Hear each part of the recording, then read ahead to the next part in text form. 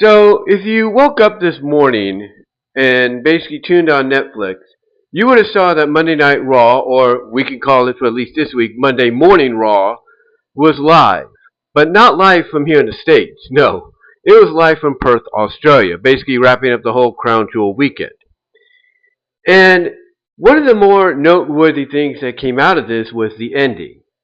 Now, obviously, CM Punk is once again #1 contender to the World Heavyweight Championship. That's good.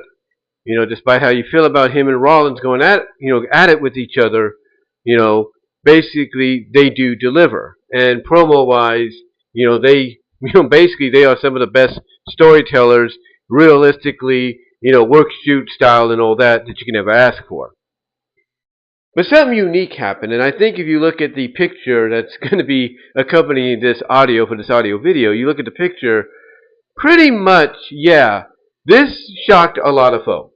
Because I was looking on Twitter, I was just waking up a little bit, looking on Twitter, and I saw basically one image with, Seth and his crew all together, right?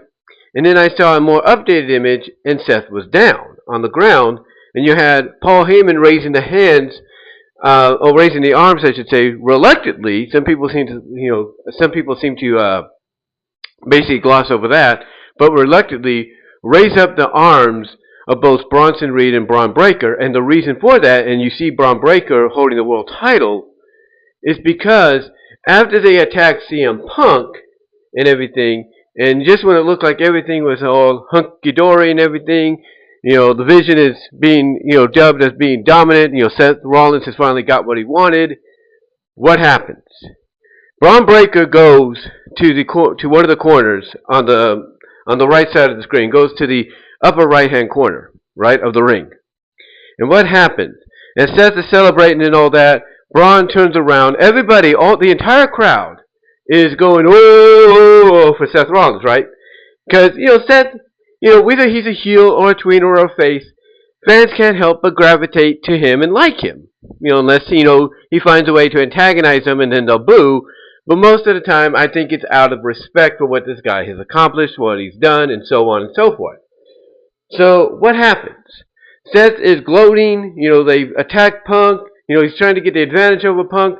What happens? The moment he turns around, Braun Breaker, who, like I said, goes to the upper right-hand corner of the ring, on screen. He turns around slowly. He's looking at the crowd that's singing, Seth's song.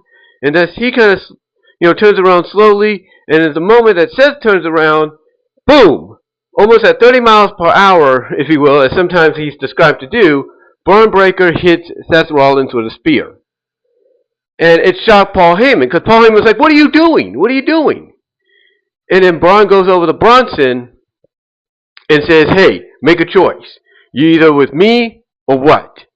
And Bronson obviously realizing, hey, I might be powerful and everything, and all that. I might be a big man at 300 plus pounds, but I'm nothing compared to this guy. If he decides to snap on me and hit me with a spear. So what does Bronson do? He decides, I'm with you, and drags Seth Rollins over to the same corner, gets to the top rope, and hits a tsunami on Seth Rollins. And Paul Heyman's in shock. Paul Heyman's trying to call them off. Braun basically picks Paul Heyman up by his collar on his shirt, on his jacket, if you will, on his dress jacket, on his coat. Basically kind of lets him know, you're with us now, whether you like it or not. Kind of repeating what we saw previously when Solo basically took over the bloodline and basically held Paul captive. He's basically telling Paul, you're with us or else you're going to get the same treatment. And Paul's like, hey, I'm not going to go through what I did before. I'm with you. So Paul reluctantly lifts their arms up, but not before Braun Breaker rips the world title from underneath Seth and holds it up. Now, a lot of people saw this, and the way they did it was, basically a typical, if not very clever, Triple H, I guess you could say, trope. It's a very typical but very clever and very well respected and beloved Triple H trope, which he basically brings out of the bag. He digs out of the bag, if you will, his bag of tricks, once in a while to really get you interested, to get, garner your interest, to get you to want to tune in next week or tune in this Friday on SmackDown to see the aftermath or hear about the aftermath or get reactions and so on and so forth.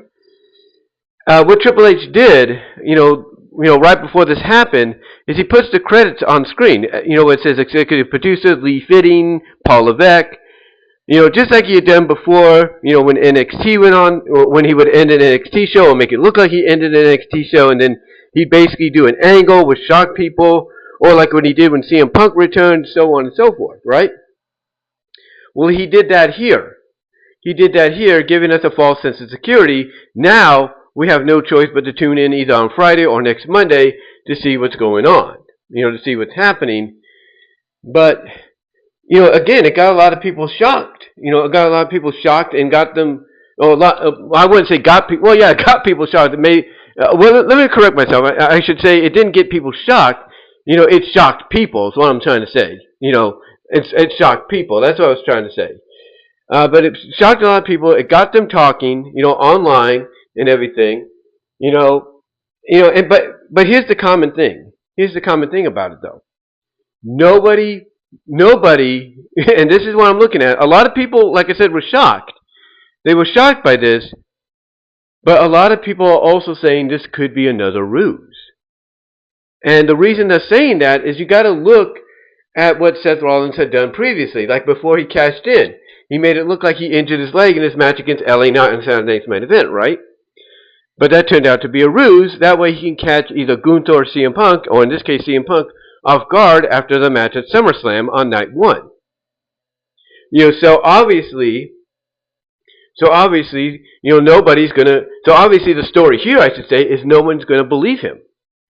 I mean, even afterwards, Seth would basically make you think, "Oh, I'm leaving the building," or "Braun and Bronson are leaving the building," and you don't have to worry about them, or you don't have to worry about me, and yet turned out to be another ruse, turned out to be another lie, and everything. So obviously, it's going to get people to tune in next week to see what the aftermath will be. But a lot of people, like I said, yeah, they were shocked. They, some people said they saw it coming, but not this soon, and everything. Some people, felt that the timing was right, that it's run its course. Some people are putting out similarities to when the Judgment Day did it to Adam Copeland, Edge, so on and so forth. But here's what's interesting, though. Like I said, a lot of other people are commenting and saying they don't buy into it. They believe it could be another ruse because, again, that's how Seth Rollins runs now. He'll say something, or do something to make you believe, what he's saying or doing is true, and then it turns out to be a lie. So a lot of fans are actually commenting and coming out and saying, yeah, we don't buy this. It could be another ruse. He's the master manipulator. It's all part of the vision, and he's basically showing that he's willing to take, a spear, make it look like he's being turned on to see his vision, his WWE come into reality, if you will, his take on WWE and what it should be come into reality. So yeah, you have people basically going back and forth. Some like, oh, I didn't see it coming. I expected it after Mania or after Survivor Series. You have some saying, well, I should have saw it coming, and it's about time it happened because, this group, it just really didn't, seem to gel well, or there's something like it was a miss, and da-da-da-da-da. And people have a right to believe that because, again, we don't know exactly what the direction is going to be until we tune into Raw next week, if not SmackDown this Friday. That's the only time we're going to be able to see exactly what the direction is going to be going forward with this angle. And there's no doubt that the fans that are coming out online right now in the comment sections of the video clip that WWE and WWE on Netflix's YouTube channel all put up, as well as you see online on like places like Facebook and Twitter, there's no doubt WWE is going to take that same narrative that some fans are having by saying they don't buy into it, and they're basically going to run with that, next week. Like, you're going to have Seth Rollins go to Adam Pearce wanting to get his hands on Braun and everything, and Adam Pearce is going to be like, hey, I'm not stupid. You see, and I could see that happening. I could see every single wrestler, superstar on Raw not believe anything Seth is telling them, not believing that he was legitimately betrayed, and it could go as far and up to the likes of General Manager Adam Pearce. Adam Pearce could be like, hey, I don't believe you. He said, yeah, I saw you get speared in half last week, but who's to say this is just not another one of your plans, another one of your ruses to try to get CM Punk off guard or catch him off guard?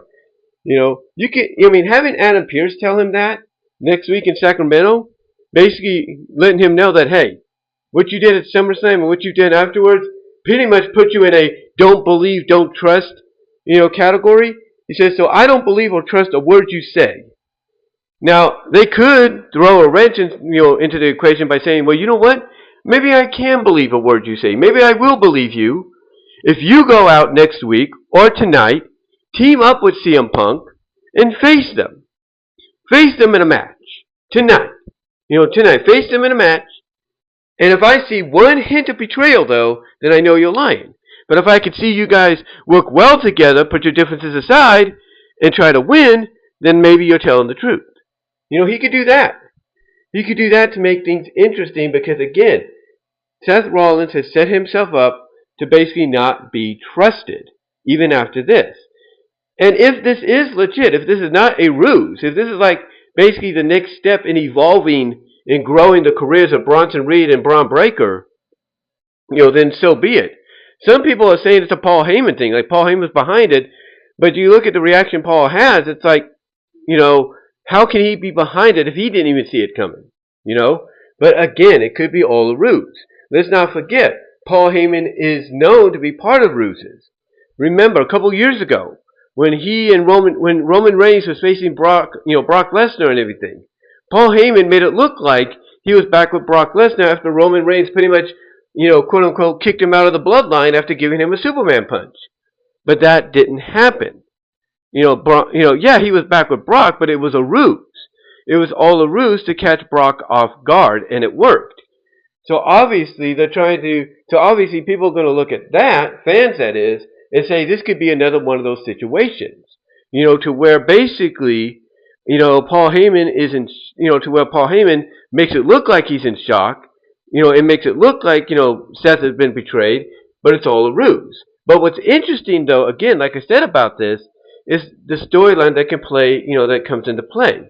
That storyline being that nobody is going to believe Seth. Not even Adam Pearce, not even the general manager Adam Pearce, or even SmackDown general manager Nick Aldis, or even NXT general manager Ava. None of them are going to believe a word he says. And by extension, none of the wrestlers, men or women, are going to believe a word he says because of what he's done. So he's going to be on an island by himself. And if it goes that route to where it's not a ruse and it's legit, yeah, it could bring him together, reluctantly with Roman. And Roman could be the kind that looks at him and says, I told you. I told you you'll never be me. He says, I told you you will never be at my level. You will never be in my category. And Roman in his own ways will be like, hey, this also proves you're not a leader. You're not leadership material. You're not tribal chief material. You're just you. You're just a good in-ring competitor, and that's it. And that might be what we see. We don't know.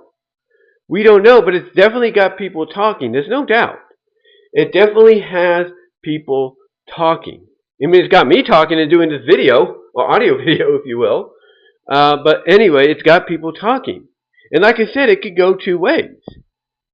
Probably the most likely way, again, is the way some people, if not a lot of people, are commenting in the comment section of the YouTube video, or the YouTube clip, or the WWE put up on their main channel and the WWE on Netflix channel, as well as what people are saying online through Twitter, aka X, and Facebook, and so on. They could go, more than likely, they're going to go, I should say, that route to where no one's going to believe Seth. Like, yeah, they saw Seth take a spear. They saw what happened. They saw him take a spear in a tsunami. Yeah, that's true. It happened. But they won't believe anything that they saw, that he says afterwards, or what or they won't believe that this betrayal actually happened, and that him taking the spear in the tsunami is all part of a ruse. Because again, they can go back and mention that Paul Heyman, when he was part of the Bloodline, basically got Superman punched and kicked out and made it look like he was back with Brock, and then it turned out he wasn't. It was all ruse. They can bring up the fact that we've seen this throughout generations, where it looks like a group is breaking up, or going in a different direction, and it's all a ruse. They could do that, and that would work. And that would work, especially with Seth's story, because again, if they want to go the route to where it is legit, it is, a different direction that none of us saw coming, or could have predicted, for Seth in storyline, it would be a redemption deal. It would be his redemption arc of, okay, I gotta win people's trust back. I gotta win the trust back. I gotta win their trust and the believability back and everything. And one of the ways he's gonna have to do that, unfortunately, if they go the route of making it legit and not a ruse, is him accepting, okay, Punk, Phil Brooks, I'm never gonna be you.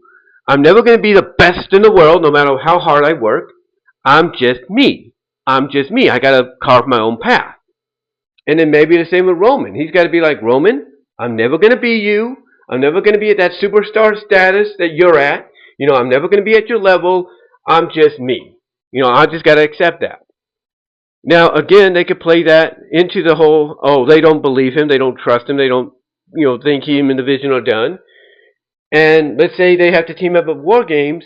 That's going to be basically, pretty much, the moment of truth. And if Seth proves in War Games, hey, I am on your side, I am going to accept my position in this company, no matter how I feel about it or how I feel about you, then that's going to work. I mean, what it would be, and this would be a kind of a very, how do I word this? If that's the case, this would kind of be a very way back callback, if you will. I would say about a 33 to 34 year callback, because if they do this for War Games, if this is what they do to go into War Games, it'll be a callback to when, get this, and it's online, it's on WCW YouTube page, it's on the WCW YouTube page, WWE made.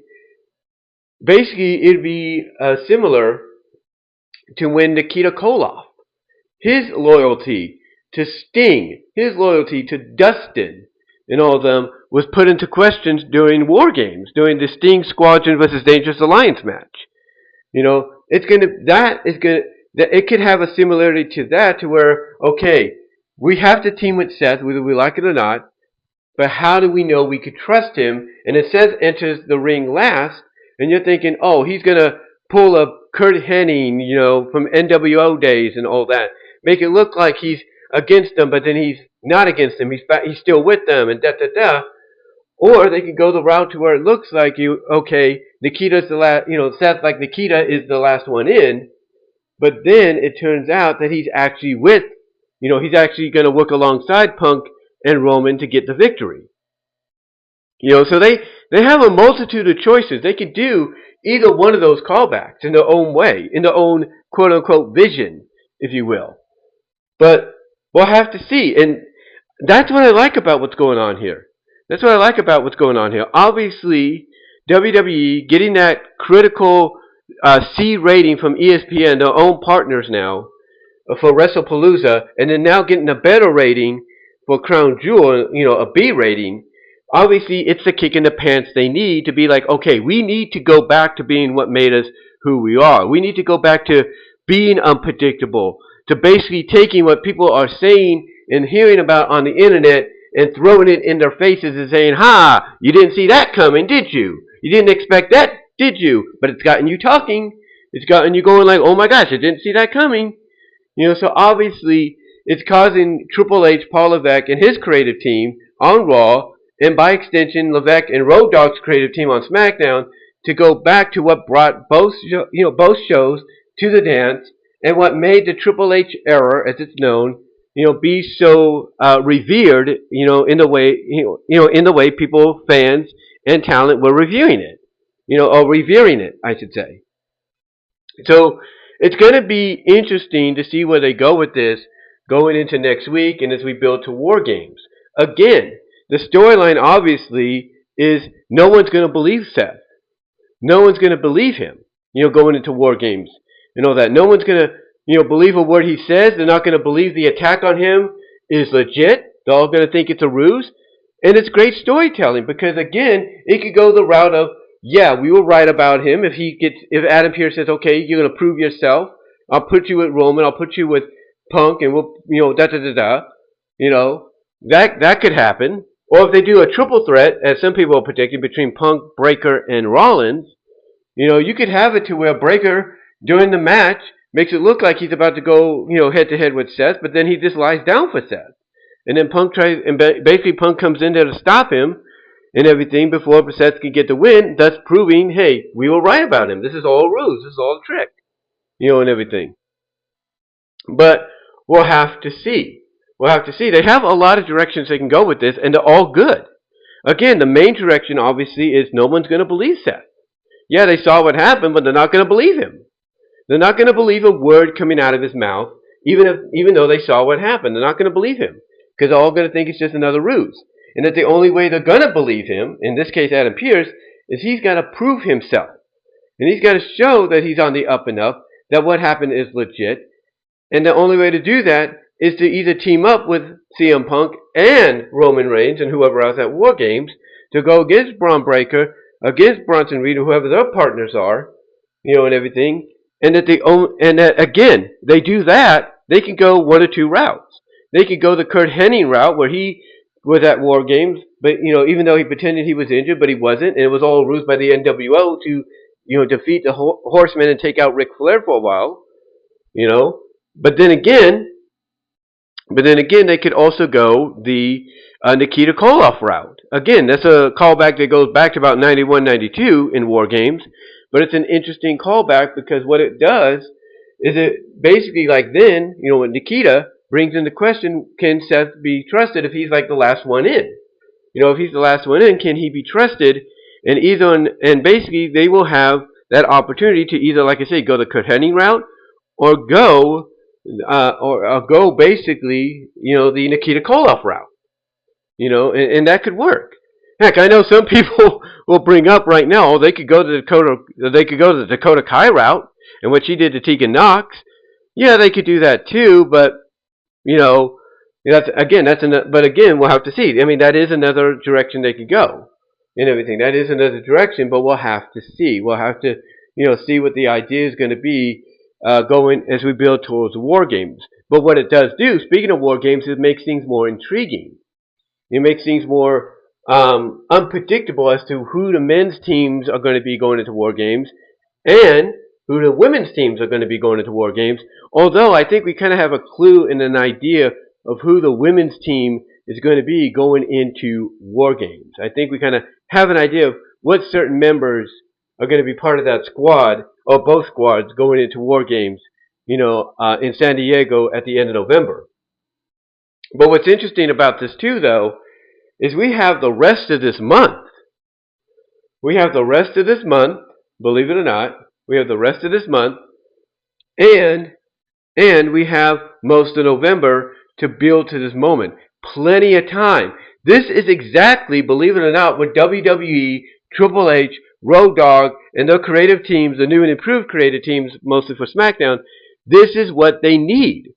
This is the opportunity they need. They need time to build to their events. They need time to say, okay, this is what's going to happen, or this is how we're going to go with what we have planned, and just build from there. Build from there and do all the twists and turns they need to do to get us to the Survivor Series, if you will.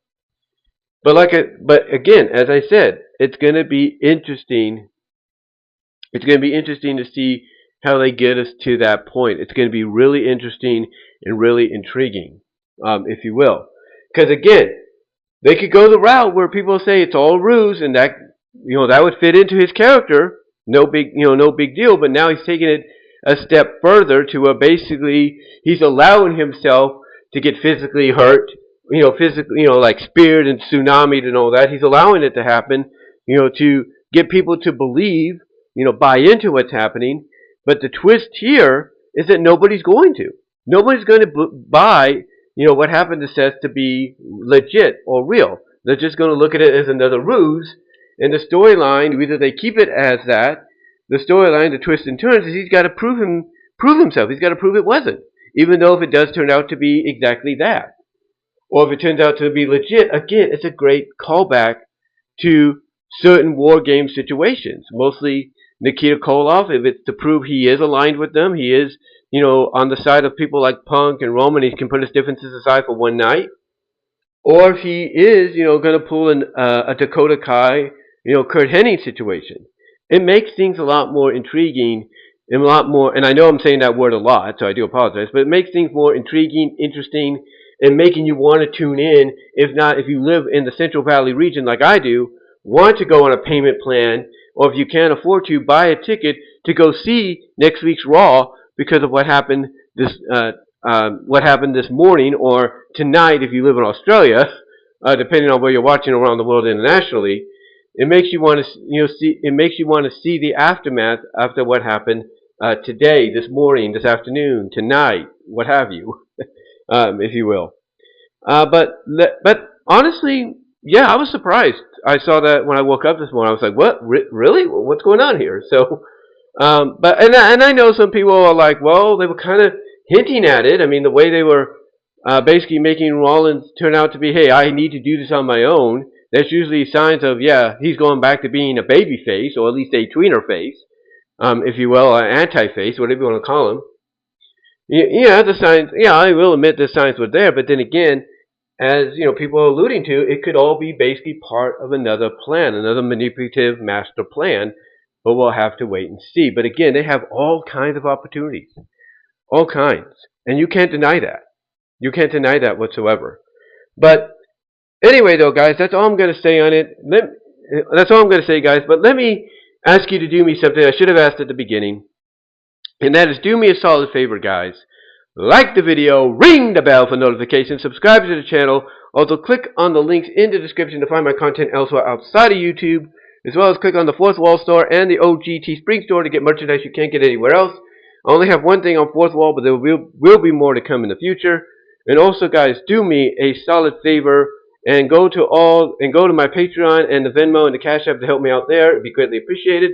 As well as click on the links to my podcast and the various podcast affiliates, out there like iTunes, iHeartRadio, Spotify, Pandora, to an extent SiriusXM, Radio Public, wherever there's a podcast located with all kinds of podcasts, like even Audible, there's more than likely you will find mine there as well. Also, check me out at Rumble, Rumble.com, Odyssey.com, both at BW Roses. The Odyssey one is BWRoses.5. Rumble is BW Roses. Also, check me out at Venmo. Not Venmo, but Vimo. At BW Roses. Those are all the outlets you can find me at. You can also find me at DeviantArt at BVW1979. And basically, that's about it. That's all the plugs I got for you right now. But let me know what your thoughts. Also find me at inkbunny.net at BW Roses if you're interested in that as well. But again, guys, that's all I can say on this right now. But let me know what your thoughts are. Comment below. How do you feel about this? Where do you think they're going to go with it? Do you think they're going to go the predictable, it's all a ruse, even though he's going to try to prove it's not, and it turns out to be, when it's all said and done? Or do you think they might go the route to where, like I say, it's a long callback to the War Games of 91-92 with, Nikita and whether or not he could be trusted, and he proves out he can be? Let me know. Let me know what your thoughts are. Or do you think they'll go the Kurt Hennig, NWO, Tegan Knox, NXT War Games route? And it does, like I say, does turn out to be a ruse, or he just basically decides to, turn his back on his teammates because he hates them so much, but it's not a ruse. But let me know. Let me know. Or do you think they might go the triple threat route? Let me know. Love to hear your thoughts on this. And do you think it's going to be interesting to see throughout the weeks on how even people as high as Adam Pearce will not believe a word he says, despite what happened this morning, tonight, depending on when you're listening, or depending on depending on the time zone of when you watched it, I should say, internationally. Do you think it's going to be interesting to see people not buy into what he's saying, or not buy into what they saw because they might feel it's all a ruse, including, as high as the general manager, Adam Pearce? Let me know. Love to hear your thoughts. And again, until next time, guys, I will talk to you later. God bless. Take care.